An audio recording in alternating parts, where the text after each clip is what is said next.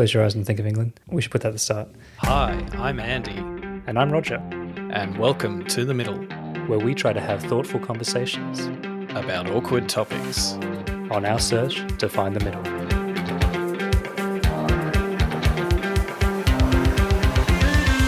That's fatphobic. I don't feel war. I just own halfway to Siwa. A few moments ago, Buckingham Palace announced the death of Her Majesty Queen Elizabeth II. I act as if God exists. Put your masks on. How dare you! You have stolen my dreams and my childhood with your empty words. Hello listeners, in today's episode we talk about the royal family.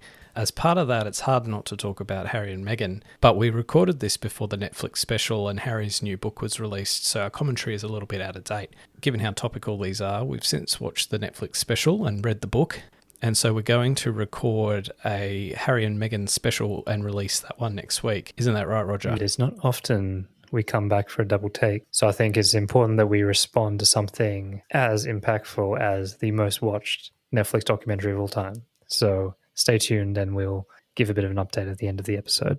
Okay, so we'll now hit play on our episode on King and Country. What did we end up calling it? Long Live the King. Long Live the King.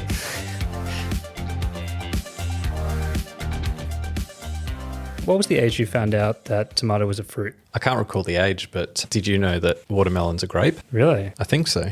Oh, I got actually a really good story about sultanas. And I'm remembering this because a friend brought a packet of sultanas to me because they were entertaining kids. And kids love sultanas, nature's candy, blah, blah, blah. But have you ever seen what happens to a sultana that goes through a young kid and that's still in nappies, right? It's the grossest thing ever. So they go in, obviously, looking like a sultana. But by the time they come out, for the ones that aren't digested, they look like a plump grape.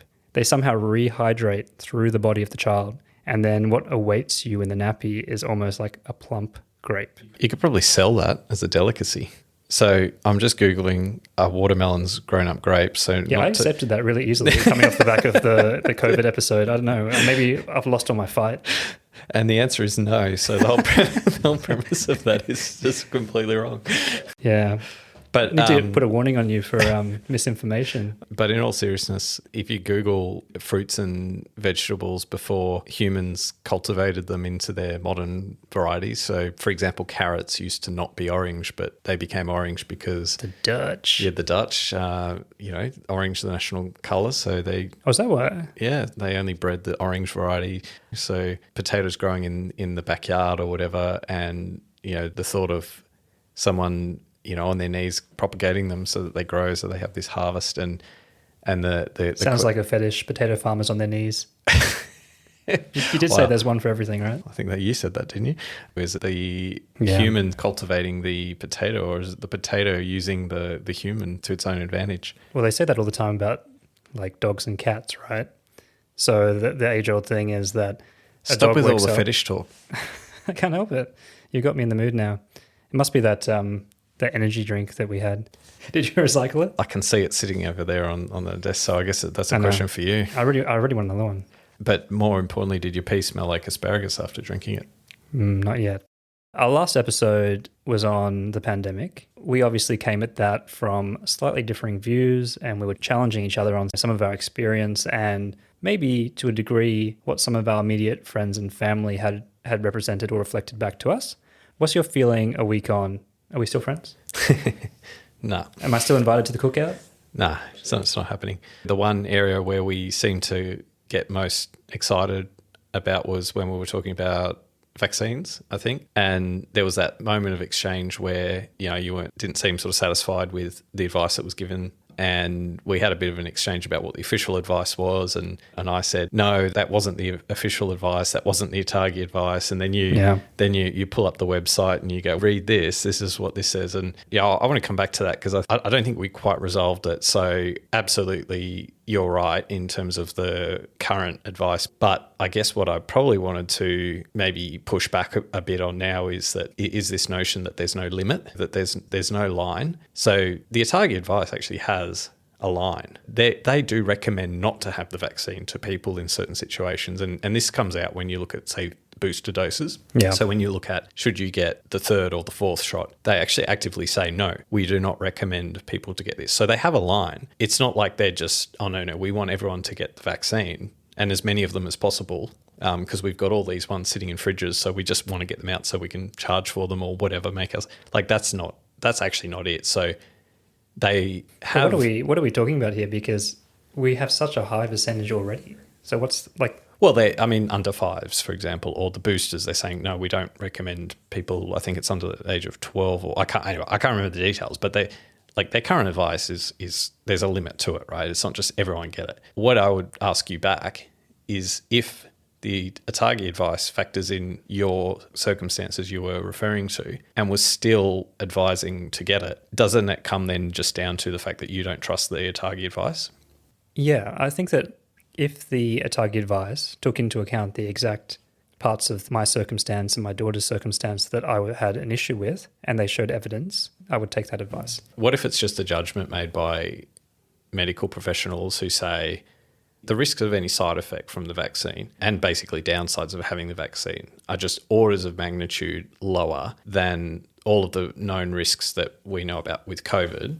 Yeah. Because one of the things with any cost-benefit analysis is often you don't have a clear picture of the costs and benefits. What we're comparing here is like the equivalent of the probability of being rained on if you go outside versus the probability of being hit by a lightning strike. So they're just completely orders of magnitude different. So they can make that call without necessarily being able to tell you the probability of being rained on any given day. Yeah, and just riffing off that, it's kind of like I equate it in more simple terms to taking like a multivitamin, right? These things work better when there's something that you don't have yet. It's preventing the risk and the effects of when you contract something. Once you have the cold, the multivitamin's going to be marginal at best, right? And then saying to them, well, if you take it next time, it'll prevent it from happening again, even though you knew the cold was mild, you'd be less inclined to do so because you have that part of the puzzle, you have that part of the equation, right? I think that the part that you said last time that I want to touch on is really who are you to actually challenge this, right? When it comes, and why I was passionate about kids is because, we're parents and we are responsible for these kids. It is your responsibility to do this, right? And doctors are just people. They got it wrong. And there are casualties of modern medicine acting off the best advice they have at the time. And sometimes that advice is very conflicted. I mean, come on. Doctors used to promote smoking and all sorts of stuff. And in more recent times, even been influenced by certain kind of economics to promote drugs that weren't necessarily the best version of drugs. That is well documented in various, different things. I think that just humans as part of a system, and ultimately as a parent, it's your responsibility to question and have that extra focus when it comes to kids, right? When we talk about the medical profession, we're talking about their best expert view on the situation.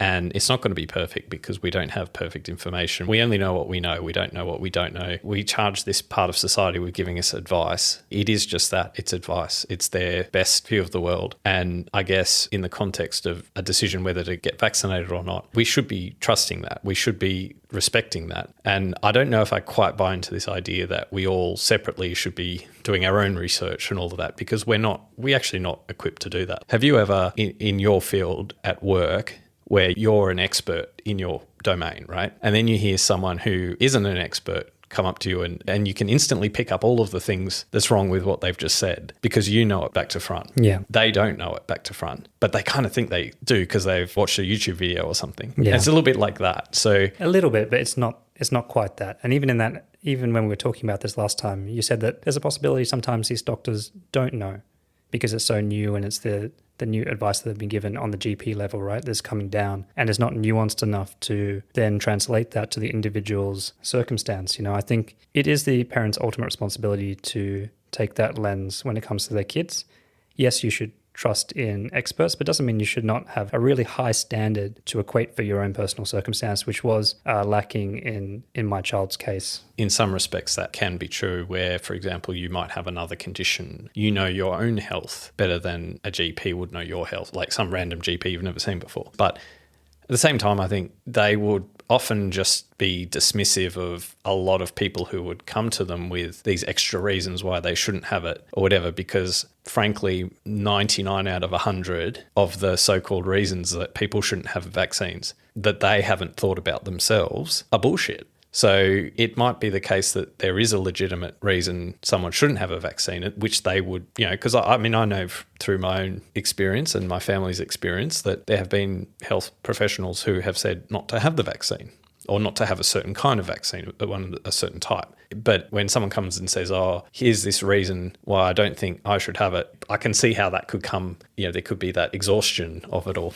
I also want to talk to that point around, I got this feeling from you that you felt that even though there were some messages around get the vaccine, it's a race, go and get it, that government stayed quite impartial in that way or didn't really push that message. And I can say, again, just confining it to the issue with my daughter and kids, our premiers were getting up and giving updates almost daily on the numbers. They talk about vaccination numbers, single and first dose, and they'd urge you to get the vaccine, get the booster, get your kids vaccinated. So I think that's a clear message that's coming to the public from a elected official. And also the schools themselves were sending out, the principals were sending out communications to parents saying, get your kids vaccinated. And if they don't, it may affect them, socially. They may not be able to go on play dates. They may not be able to be included in some kind of and I think that's just wrong. Just to separate two parts of this. So there's both public institutions, maybe make that clear. Okay, so maybe we'll talk about the politicians first. The number of people who would have a legitimate reason not to be vaccinated is much, much, much lower. It's probably, let's say 1%, or I don't know what the number would be, but it would be very low. I'm just going to throw numbers out there just for the purposes of this discussion, but let's say 95%. They could reasonably expect 95% to be vaccinated. And let's say it's 70%.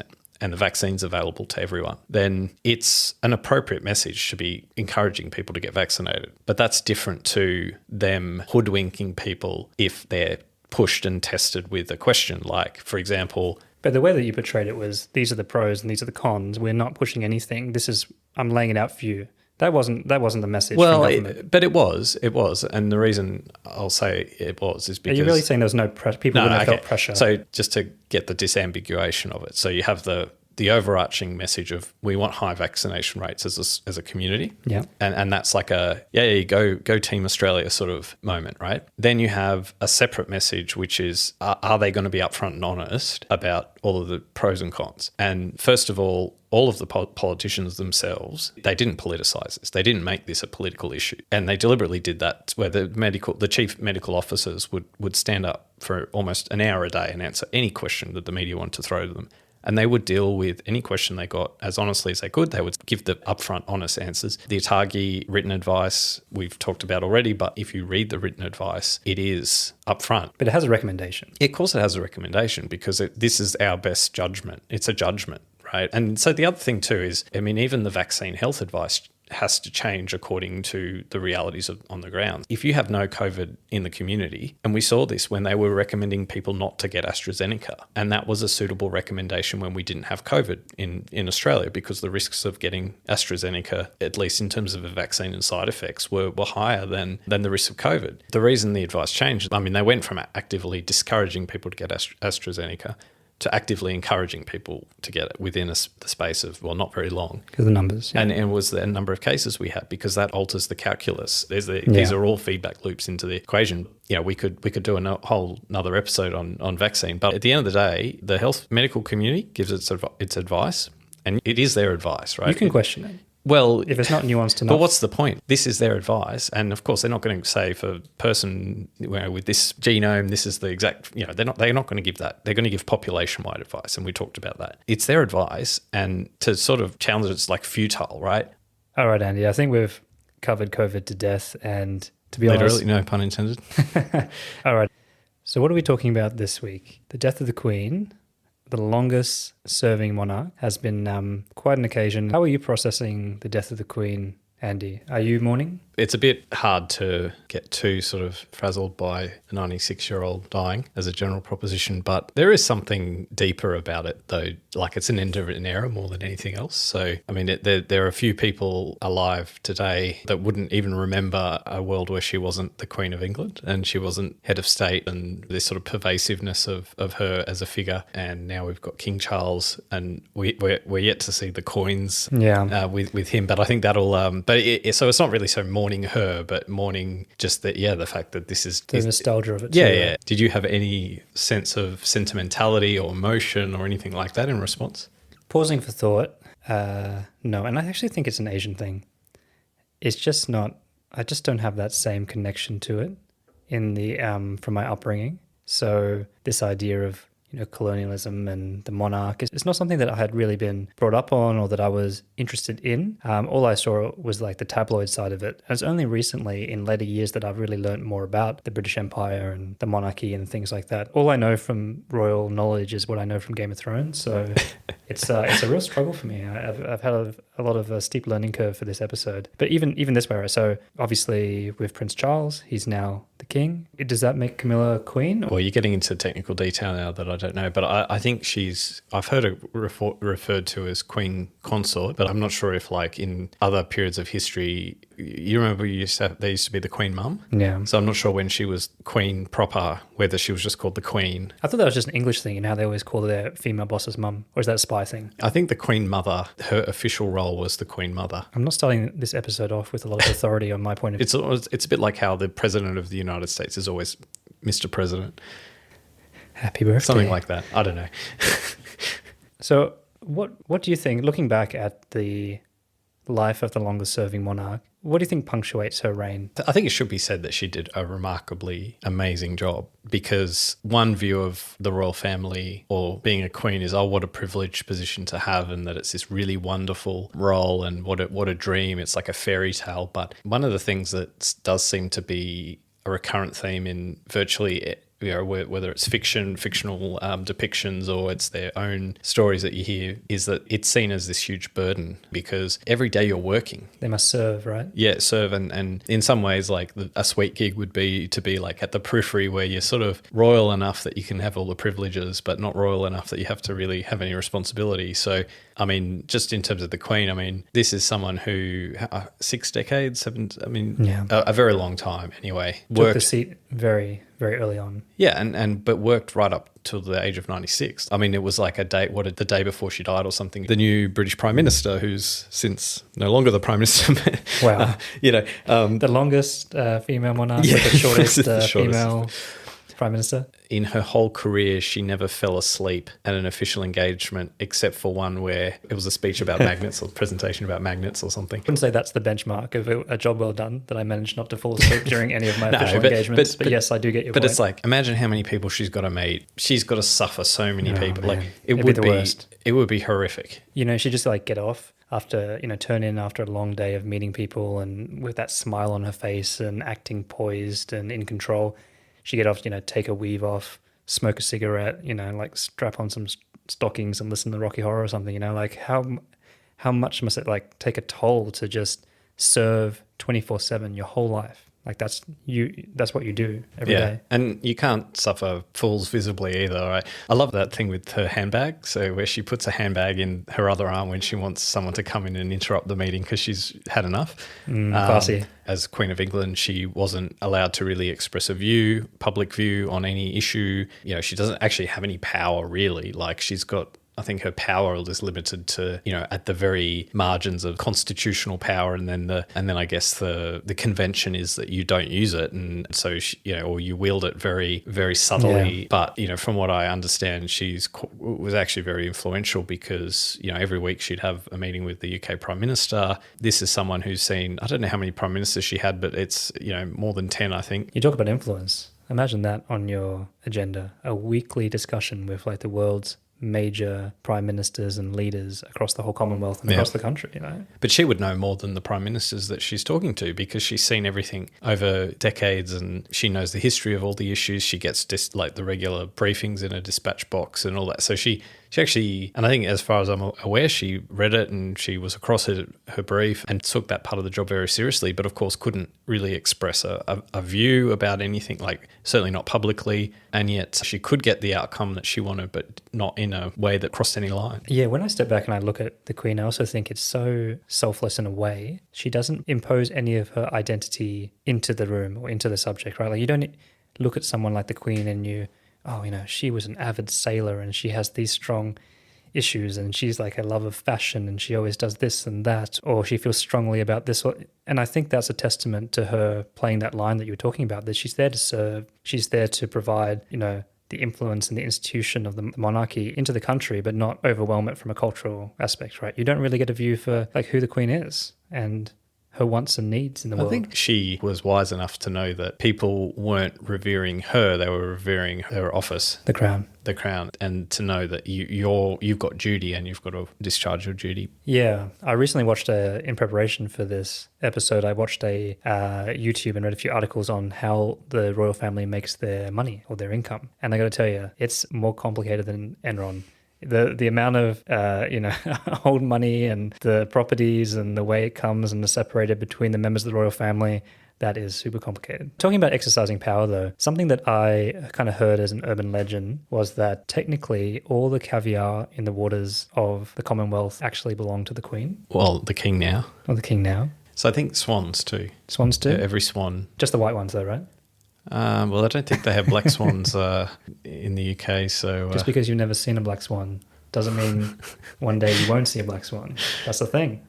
But just how do you think? Okay, so Queen Elizabeth, she's incredible reign, incredible life. She was born before the Second World War, became queen shortly after the Second World War. She's seen all this history of within the 20th century, and in some ways, Largely the transition from the empire to the Commonwealth, right? Yeah. And so the world changed quite dramatically under her reign. We now have King Charles, who isn't getting any younger. How do you think Charles is going to go? I mean, it's quite a long understudy. He's an old man now. The son's like in his 70s. And I kind of feel like it's the same thing of when you are in the shadow of your parents for so long and you've been in this understudy role for so long, it becomes harder and harder to live your own life, to build your own identity. And I think that's what will be a key turning point for Charles. How is he going to make this his own? Or is that the wrong goal? I'm not sure, but I think that's what everyone's struggling with. When you have a monarch that is so popular like the Queen, and you've had all this controversy with Diana and all these other things and Camilla, how do you then rise above that?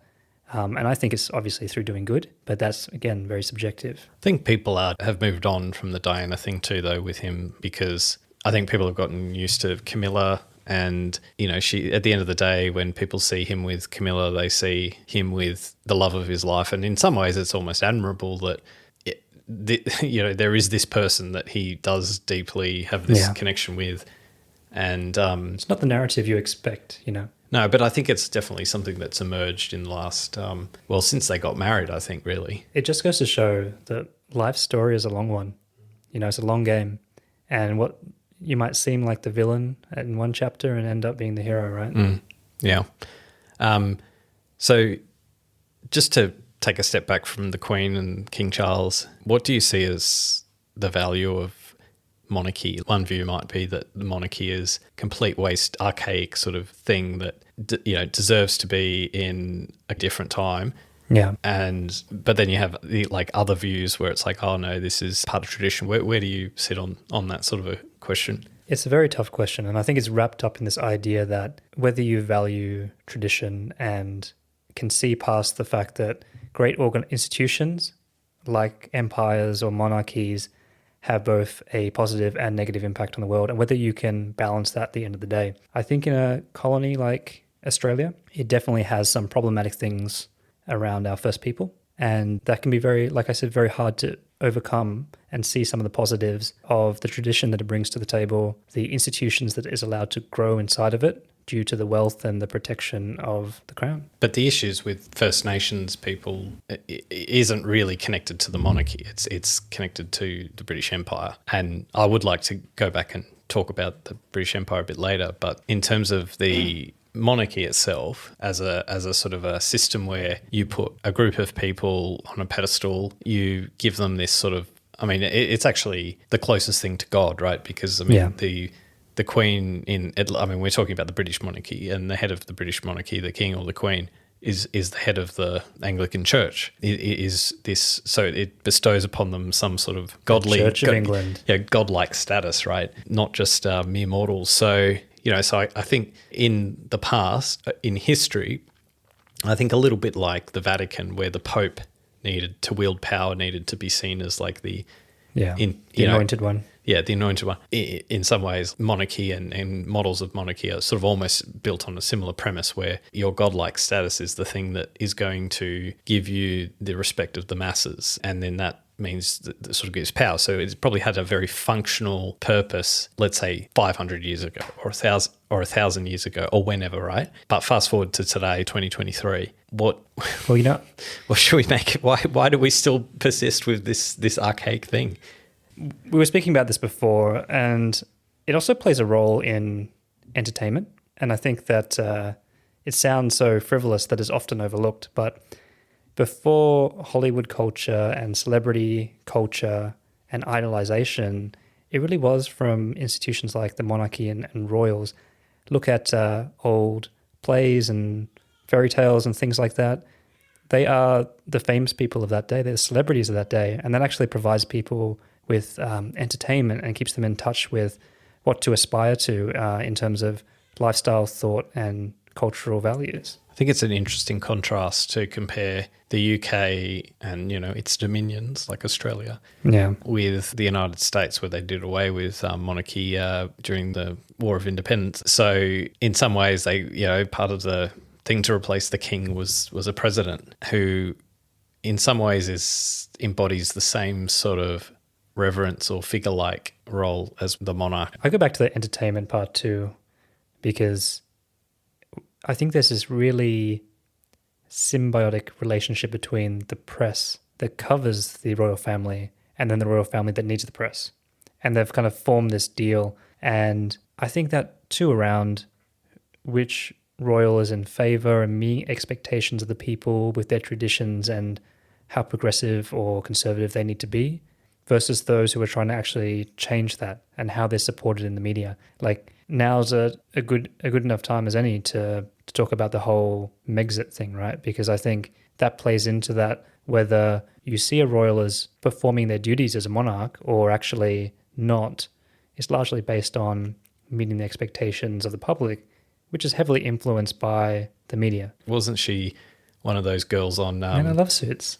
She was one of the girls on Deal or No Deal, right? She was a like C-grade celebrity. I wouldn't want to be judged by my first job either, though. But I don't know I'd never watched Suits myself, but she wasn't a household name or of any great fame beforehand. But I think in her mind, it seems anyway, that she retains a view that Hollywood royalty. Well, she is in her own right is self-made.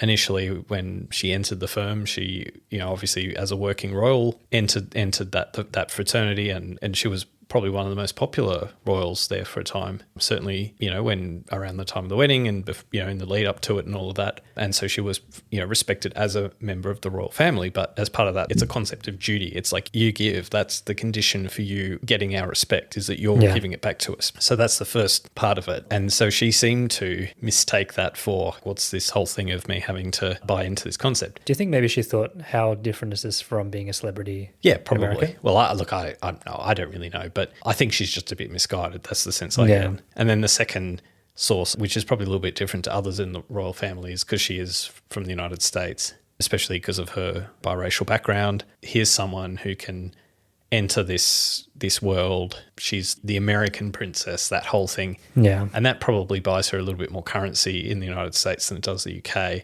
But that's all gone now in the UK. And she's like seen as the one who took their Harry away from them. Yoko Ono. Yeah. And that it does seem to be somewhat still a thing in America for her, but it seems to be dwindling by the day. The more sort of podcasts and things that we hear that we want to throw up after listening to. So let me ask you two things. The first one is, why do you think? Because it's very clear to see that a lot of people dislike Meghan Markle, and it's not just hardcore, lovers of the royal family. Why do you think that is? And do you think that is based in a kind of bias as she's described it? Well, I liked her when she was in the tent. If you sort of take everything she says and you just assume it's all correct. Yeah. And let's say you're interpreting it as here's like a wholly honest person who doesn't care about their image, who doesn't care about how they're coming across or trying to sort of spin a story in a certain way, and so you trust them, then you could go, oh, that was horrible, like, you know, this experiences. But there's just so many signs of her, you know, being image conscious or trying to spin things in a certain way to her advantage, or it's just like people can smell a rat. Like, that's how I feel about it. So you don't think it's about something deep around race? no, I don't think so. No. Well, in what way? Like, maybe like in the same way that people get upset about a black Little Mermaid, and they're just like, you know, I've got nothing against black people, or, you know, but I just actually don't think the royal family is represented by that, or, you know, I feel like a royal should be Caucasian. I mean, I can't speak for anyone else, but I know that that's certainly in my feelings towards her. It can't be something that I've taken on board, because Just because you watch ebony porn doesn't mean you're not. no, but I know it can't be for me, because she was, you know, I had a high view of her to begin with. So, and I know she had a very high approval rating. Yeah. Initially. So it can't be this. Well, some say that was the problem, just like it was for Diana, that they were overshadowing the narrative and members. Yeah, but what's that got to do with race? Yeah, and I'm not saying it, by the way. She's the one who's saying it. Yeah, it's just these spinning these stories of her experiences that, you know, just aren't quite the truth. They're sort of like, she's been caught up a few times, and it's hard to tell that just being on that kind of stage does that to you, or it's like a LinkedIn profile that you read where someone talks about what they've done in a job, and they give you the very most generous interpretation of the things that they've been doing. So, you know, it's like or someone that, you know, sits in a park, eats a sandwich on a park bench, listens to a podcast with Bill Gates or something, and then the next day says, oh, I had lunch with Bill Gates yesterday. Like, it seems like there's a lot of the that jockeying going on. for that kind of, But sorry, just one more thought to close this out. You only need to listen to her podcast or read her books, her picture book with her. Like, this is like, you want to throw up after it. Like, this is like, okay, this is the sign of someone who's completely deluded about themselves and how they're perceived. Okay, so I have only listened to one episode of the Archetypes podcast because I just felt like I had to for research purposes. You know, especially when we're starting this podcast. And because I heard that she had no less than 23 producers or something like that. So she had this real army behind her to make this podcast. And I wanted to see what that would sound like compared to ours, where we, you know, just have our collective might. And I must say the good things about it were the production, which I can appreciate, and I'm sure you can appreciate with all the editing and so on, was really amazing. Now, I know that's not what people are always looking for in podcasts, but I really feel like it does sound like 23 people have worked on this one podcast. Heavily edited, obviously, editorialized, a little bit self-indulgent, and I can see what people are saying when they, you know, she makes everything about her and does definitely push this feminist and victim angle at the same time, which I don't know how compatible they are nowadays. But she does have an amazing podcast voice, I think, personally. I think her tone of her voice. Well, she is an actress or actor. That's got to count for something, though. I mean, the tone of her voice and how she delivers is very good. So much of this stuff depends on like how you think you're being perceived. So if in her mind she sees herself as the continuation of, like, say, the Princess Diana thing, where you know, there was this community sort of outraged at the way that Princess Diana was treated, and then she sort of, especially, you know, Harry is her husband, and obviously was impacted by the death of his mother at a young age, and they're like, no, we don't want to repeat the mistakes of the past, and so now we've got children, so we want to live this very different life, and all this sort of stuff. But so in some ways, it's actually quite admirable for them both to have said, no, we're just exiting, right? We're removing ourselves from, and I can actually, like, I could very much like buy into that narrative, but then it becomes a story about, but we want to keep our titles. We want to keep all the privileges. Like, we want to live in a multi-million-dollar mansion. We want protection, security protection. They made a big deal about that, the security detail. And we want to be famous. You know, we want to still be famous and do good deeds. You know, like it's all very. If what you really, really want is to live a normal life, why are you courting publicity? Why are you courting Why are you doing interviews with Oprah? Why are you... They have a property with chickens that they feed every day. So surely they personally feed them every day. You know, that's what I think. So surely they're living of the earth enough. Yeah. Look, I mean, at the end of the day, if they did everything and then just kept quiet, you know, took $5 million, bought a nice ranch somewhere away from everything, and then just lived a quiet life. Or a 2-bedroom apartment in Sydney. Either one. You get a 2-bedroom for $5 million? Gosh. There would be something admirable in that, but I think the fact that they've sort of exited the firm, but now they're courting all this publicity and all this stuff and on this side, but then they can't really pull it off, and it's all a bit self-indulgent. I just kind of feel too like, and then what do you expect the royal family to be, if anything, but skeptical of an outsider coming in? Like, how, as an outsider, as an American actress, how can you come into this crazy institution and thrive? Like, and what kind of preparation was she given? You know? How aware was Harry of, like, did he sit down with her and say, look, baby, this is how it's going to be, right? I don't know, but I feel like it would almost be impossible to come from outside and thrive in without a really long kind of coaching, and you really have to want to do it, which is obviously not there. Well, and when we were talking before about the Queen and this idea of service and this idea of, like, you know, they train their whole life. So there's this, you know, the institution within the institution, like the family, its values, how it operates, like, because it has to instill these values at a very young age for young royals as they grow up. And then you have someone who comes into that world and wants to challenge it, wants to say, no, why this is archaic. This is like, it was sort of like, well, you know, Harry's got to love who he loves and marries the woman he loves and wants to be with. But at the same time, this isn't any old family. This is the family that's charged with incredible responsibility. I think it's the clash of American culture too, right? Like, America is about being the hero of your own story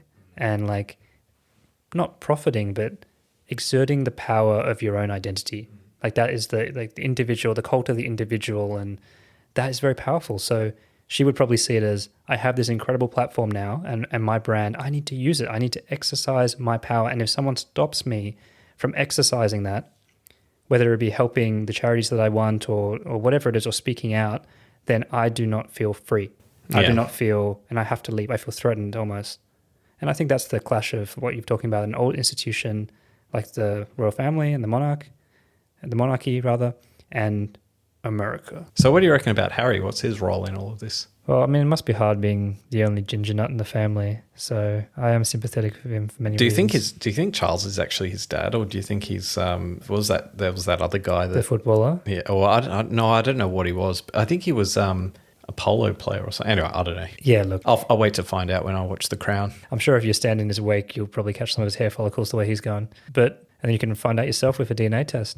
But I think, though, that they recently released a young picture of Prince Philip, and he actually looked very, very similar. Oh, okay. Yeah, so I think that... So what are you saying, that Prince Philip knocked up Diana? Yeah, so I think that they'll dignify that with an answer. Yeah.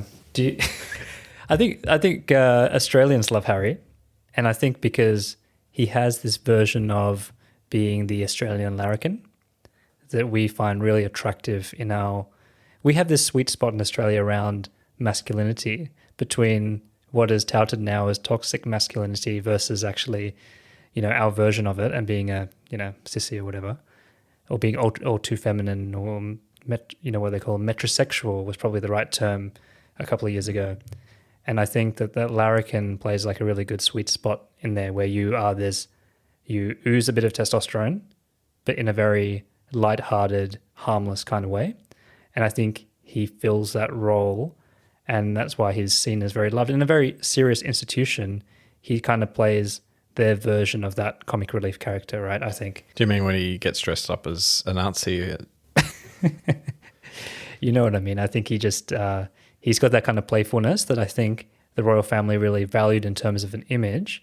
And of course, you know, like, he's the forever bencher, right? And I think his new biography that's coming out is actually called Spare.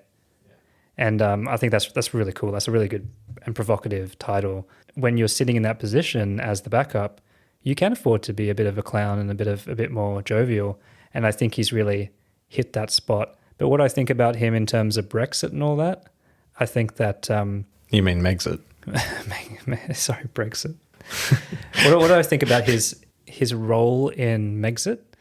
I think that time will tell. You know, I truly believe that this is a bloke who would have a reality that's so different from ours. It would just, he's not, I don't think he's even human. He might be learning. He might pretend to be and, you know, just an everyday bloke. But I think the realities of his upbringing and his day-to-day life are just so different that he's going to have to learn how to be human.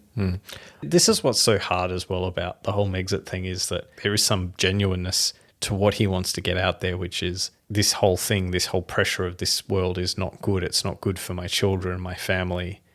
And then, of course, mental health is another thing that he talks a lot about. And he did the whole thing with the Invictus Games and all that sort of stuff. But I think just the problem with it is that I think the reason I can trust, or that he's maybe given a little bit more leeway than Meghan, is because they know him since he was a baby, right? And there's this track record. He's not the new element. He's not the new, situation. exactly. And so to the extent that he wants to bring out this side of him, and he's doing it with her, there's a certain genuineness to him because of that whole history that she doesn't bring to it. But anyway, Yeah, and he's got, what you're saying too is he has more built up good faith with the people too. yeah, I think so. Yeah. And of course, the whole world has seen him go through the trauma with his mum. Yeah, Right. and it's just I think lost, that buys you a lot. and too. it's just lost his dad. Yeah. All right, finally. Did you watch the Oprah interview? I saw the recaps of it. The sound bites. Yeah, She really lost me in that one, right? In something so heavily produced, it just didn't seem genuine. Yeah. And I don't know if that was helped by the fact how heavily produced it was. But Oprah's line around, were you silent or were you silenced? I thought it was just like peak Oprah moment. It was great. Yeah, well, you have to come from a point of having empathy that she was the one that was absolutely maltreated. And I think just where it falls over is if you want to exit a really terrible, horrible situation, you don't exit it and then court more publicity and more. You take your time. Like to monetize the situation. Like you. I think elder people, like the older generation, also sees that as like younger generation weakness as well. Yeah. They didn't tough it out long enough. They're complaining about things that, from their point of view, seem to be everyday experiences, being a mother, taking on a hard role at work, all these things that most people grit their teeth and go through as a challenge, rather than saying, I'm a victim, I was struggling, I needed help, and I didn't get it. So one of the examples given was that she was in South Africa, I think, and I think there was a room that there was a fire or something, and no one was in the room. So like Archie, the son, the baby or whatever, wasn't in the room, but that it was on fire was like, oh no, we need to stop everything and just have just cancel everything because of this thing. Whereas the mentality of this family, so The show must go on. the show must go on. Queen Elizabeth was shot at, didn't flinch, kept on riding her horse. There's also the one where there was that guy who climbed into Buckingham Palace and she sat with him and talked calmly with him and then there's like, I think concrete cinder block or something fell onto the car, either deliberate, I don't know the circumstances. So, oh, well, at least they make the cars nice and tough. Yeah. So it's this. Again, it seems generational too, though, right? That's what I mean. Well, it partly is, but I think this is a value that's instilled in that family. So like the idea that, you keep on going and look, you can. And you do your time. I think that's the thing too, right? Like you can see that very much with Charles and his own happiness and Camilla. It's like everyone goes through this. You do your time and you have to serve and be patient. So Roger, just to change course a little bit, Australia, we're still part of the Commonwealth. What do you think about that? I just gave my daughter a $5 note for doing a chore for me today. That's the one that has the Queen, right? Yeah. $5? Yeah. Well, we had a go, didn't we? Indeed, in 1999. We were too young to vote. Yeah, I think so. Yeah, we missed out. I think it's obviously we need to talk about, we have a constitutional monarchy, right? So we have a governor general that is elected by the Queen. No, Sorry. the Prime Minister appoints the Governor General. Oh, the Prime Minister. Yes. Am I talking about the Attorney General? No, Which one's I thought No, so the governor general is, I think, appointed by the Queen on the advice of the Prime Minister. Appointed by the, didn't I say it was appointed by the Queen? Well, but on the advice of the Prime Minister. Okay, all right. I think that's right. Yeah, my bad.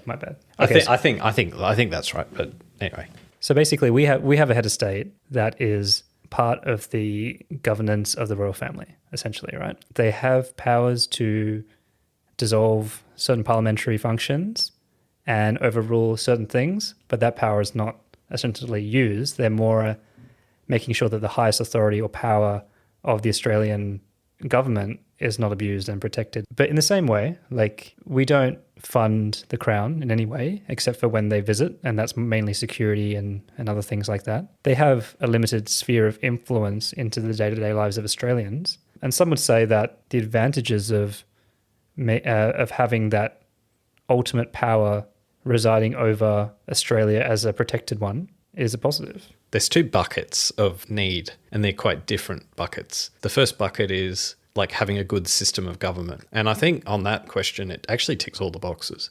In fact, you could probably say it served us extremely well, and you probably don't want to mess with any of those settings, right? So when you look at actual outcomes, and there'll be some die-on-the-wall sort of Labor voters who will say, oh, well, yeah, but the Governor-General dismissed the Gough Whitlam back in the day and all this sort of stuff. But at the same time, there was a constitutional crisis at the time, so there was a need to do something or at least break the deadlock. And indeed, the Governor-General was appointed by Gough Whitlam, so it wasn't like a conspiracy or anything like that. But anyway, without rehashing those particulars, other than that singular moment in Australian political history, the fact that we've got a constitutional monarchy with a parliament and it operates the way it does, it works very, very well. So in that bucket, in terms of system of government, it works so well that if you were going to contemplate Australia becoming a republic, you'd probably want to get you wouldn't be doing it because you're concerned with the system of government. Yeah. You'd be doing it for the second reason, and the second bucket, which relates to identity and a notion of who we are, who we want to be, and how we want to be perceived. And I don't think when we sort of want to portray ourselves to the world stage, I don't think we necessarily want to lead with that foot, that we're still subservient in some way to Britain. So do you think when we had the referendum on becoming a republic, that it ultimately failed because people had an attitude of, if it ain't broke, don't fix it? I think there was enough room to mount a scare campaign against, like, essentially a model that wasn't clear at the time to people, like what would it actually look like. And I'm not actually sure the terms of the referendum, but when you have a referendum about the republic, there's actually two questions. The first is, do you want to become a republic in the first place? And that there would be plenty of monarchists, certainly at that time and even now. There'll be plenty of monarchists back then and even today that would prefer to be part of the monarchy. But the second part of the question is, what do you replace it with? Once you dismantle those institutions and you sever those ties, what do you replace it with? And I don't think they really satisfied that we had a clear model going forward. Yeah, and I mean, they recently ran a poll, actually, Andy, about when King Charles came in, around support for the royal family in Australia. And actually, they're still saying that it remains very high. So 60% of Australia saying that we should remain with the monarchy, while only 40% thinks that we should be a republic with an elected president. And they also broke it down roughly that support was much higher with women, so it was actually on genders, so women supported the monarchy more than men. Support was strongest amongst older age groups, with 2/3 of people aged 50 to 64 and nearly as many aged 65 plus in favour of remaining with the monarchy. And again, to reiterate, so when asked why we should remain in the monarchy, the main reasons provided by the people for why Australia should remain as a monarchy are, why change? If it ain't broke, don't fix it.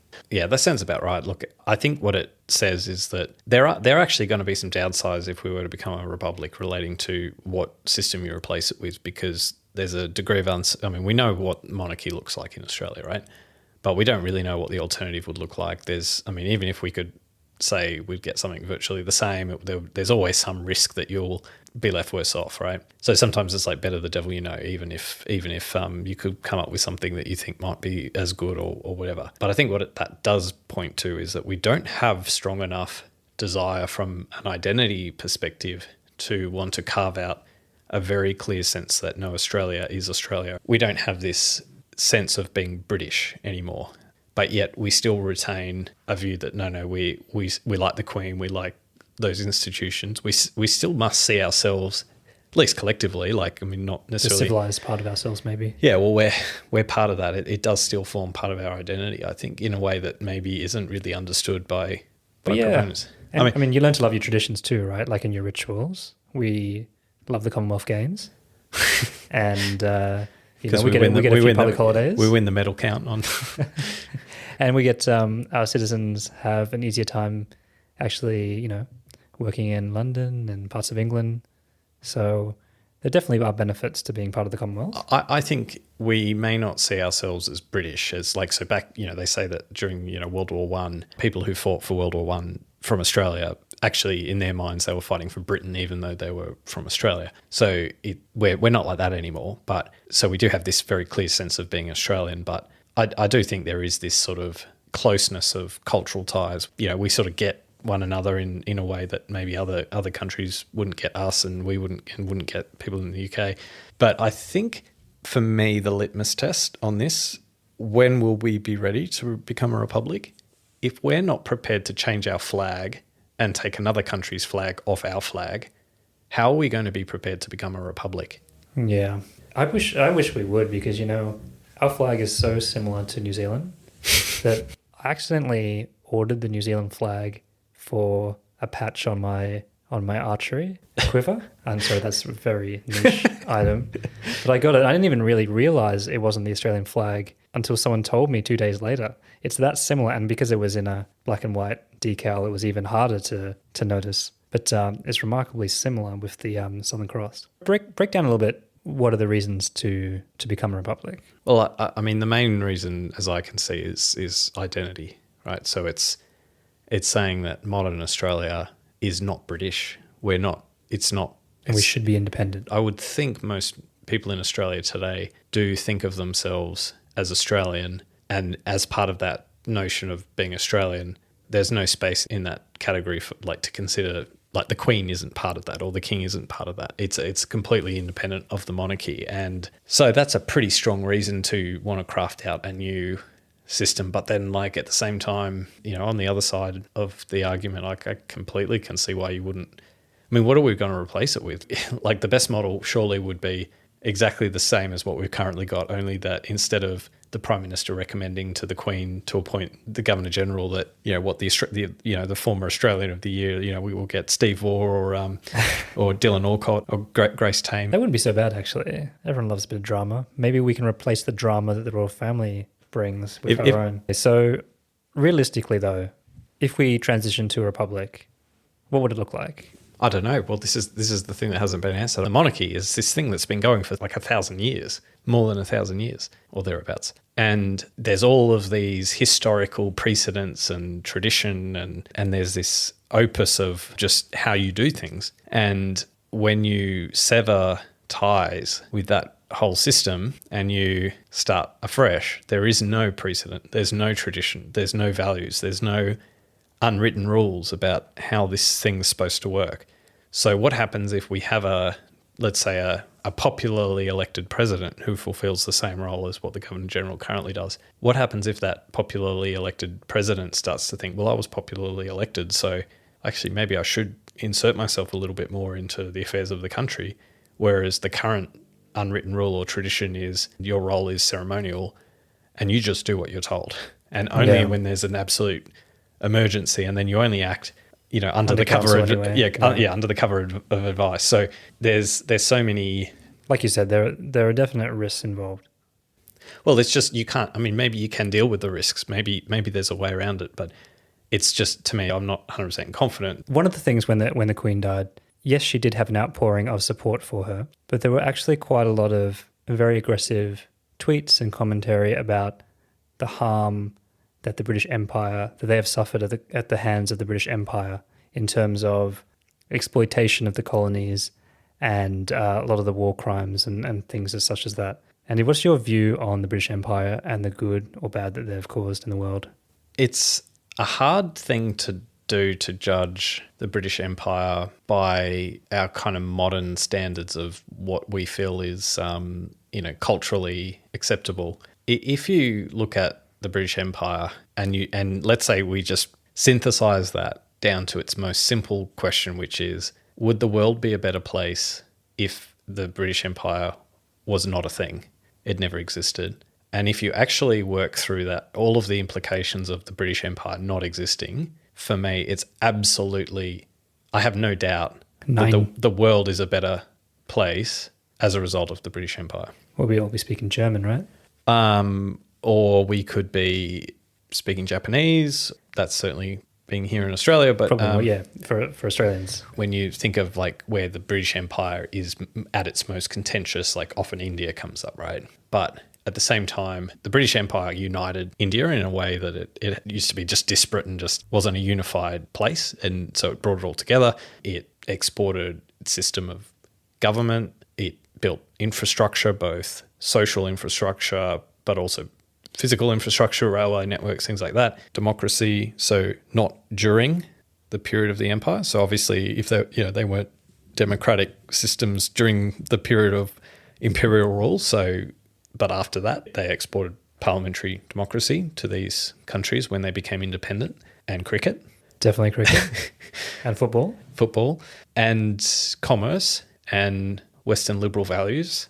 And when you think about the general concept of like free market economies and the general approach to industrialization, I mean, a lot of this stuff was exported by the British Empire into those countries, and they wouldn't have necessarily picked that up by themselves. And their royal societies too, in advancements around science and STEM. But like, if you didn't have, like, the British Empire was probably one of the best, like, among the alternatives. So when you look at King Leopold and the Congo Free State, for example, the Belgium Empire was not exactly a superior alternative to their counterparts back well, in the day. it was quite bad, like, in general back then. So I guess so you can talk about like, could it have been better? Yes, absolutely. Were there a lot of atrocities? Yeah, absolutely. But if the British Empire wasn't a thing and then they left this big vacuum, that vacuum would have been filled by something worse, most likely. Plus, you wouldn't have had the enduring legacy benefits that we can't deny. Like, we can't say that it was worthless. Like, we can't look at Australia today and say, oh, gee, well, the British Empire was horrific for Indigenous people here in Australia while we enjoy living here and in our rich first world conditions, and then say, well, actually, probably should never have happened. They should never have come here and just we're the beneficiaries of that. So it's a bit disingenuous, is I guess what I'm saying. And I think with anything, it's been so long that you just kind of wind it now. Like you said, there's no way to know what would have replaced it, which I think is the problematic thing about these hypotheticals.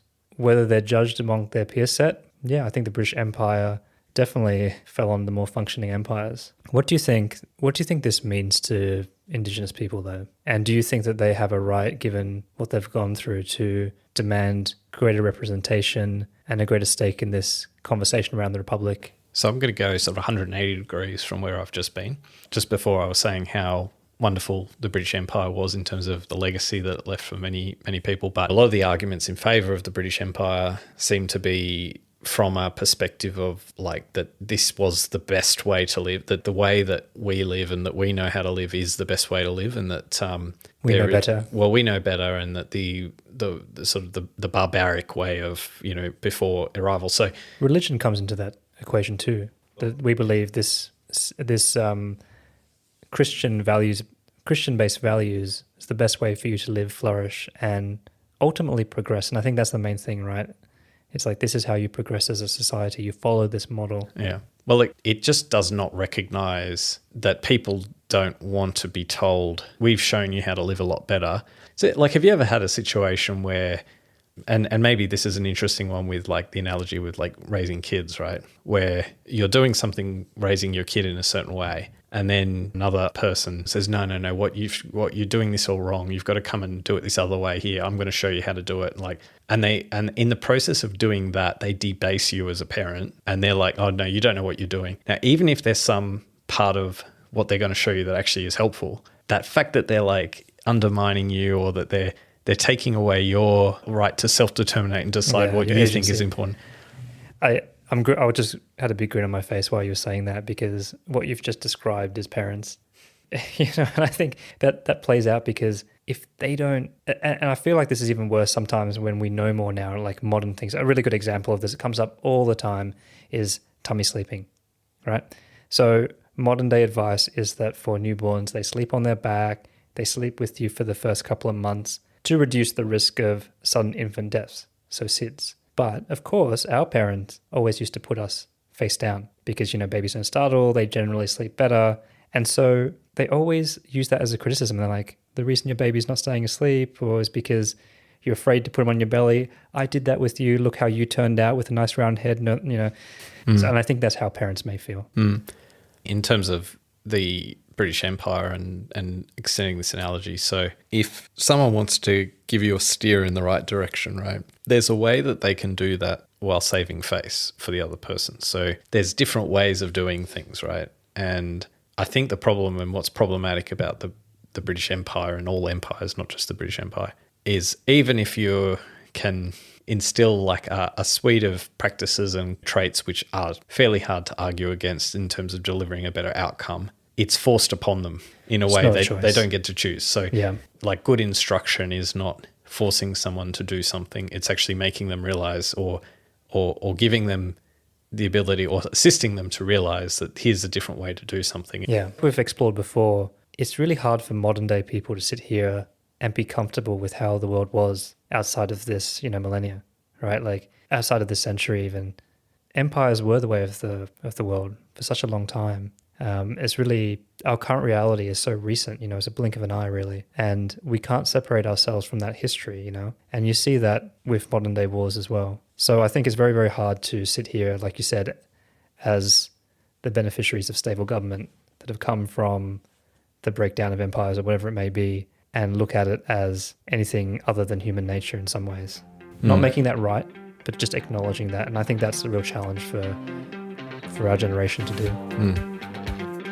I'm going to listen to Harry's book at 2.5 speed because it's going to be a bit of a slog, I think. It's no choice. Yeah,